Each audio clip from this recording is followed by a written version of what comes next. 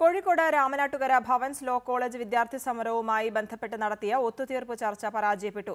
എഡിഎമ്മിന്റെ നേതൃത്വത്തിൽ നടന്ന ചർച്ചയാണ് തീരുമാനമാകാതെ പിരിഞ്ഞത്. അതേസമയം ഫീസ് റെഗുലേറ്ററി കമ്മീഷന്റെ നേതൃത്വത്തിൽ 10-ാം തീയതി വീണ്ടും ചർച്ച നടത്തും. ഫീസ് വർധനവിൽ പ്രതിഷേധിച്ചാണ് ഭവൻസ് ലോ അക്കാദമിയിൽ വിദ്യാർത്ഥികൾ അനിശ്ചിതകാല സമരം ആരംഭിച്ചത്.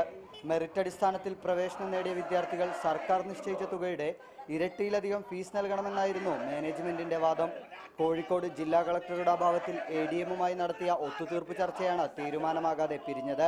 മാനേജ്മെന്റ് പ്രതിനിധികൾ ചർച്ചയിൽ പങ്കെടുത്തിരുന്നെങ്കിലും ആദ്യഘട്ടത്തിൽ സമവായത്തിന് തയ്യാറായില്ലെന്നും വിദ്യാർത്ഥികൾ പറയുന്നു. അഡ്മിഷൻ സമയത്ത് അവരെ അറിയിച്ചിട്ടുള്ള ഫീസ് 25,960 35,960 ആ ഫീസിൽ അവർക്ക് പഠിപ്പിക്കാൻ പറ്റണം. അപ്പോൾ എഡിഎം നമ്മളോട് പറഞ്ഞിട്ടുള്ളത് 7-ാം തീയതി ഒരു ചർച്ച കൂടി വിളിച്ചിട്ടുണ്ട് 5 മണിക്ക്. ആ ചർച്ചയിൽ നമുക്ക് ധാരണയാക്കാമെന്നുള്ള രൂപത്തിലാണ് എഡിഎം പറഞ്ഞിട്ടുള്ളത്. നമ്മളും നമ്മുടെ ആവശ്യങ്ങൾ കൃത്യമായി പറഞ്ഞിട്ടുണ്ട്. അതേസമയം 10-ാം തീയതി FRCയുടെ നേതൃത്വത്തിൽ തിരുവനന്തപുരത്ത് മാനേജ്മെന്റ് പ്രതിനിധികളെ ഉൾപ്പെടുത്തി വീണ്ടും ചർച്ച നടത്തും. റിപ്പോർട്ടർ, കോഴിക്കോട്.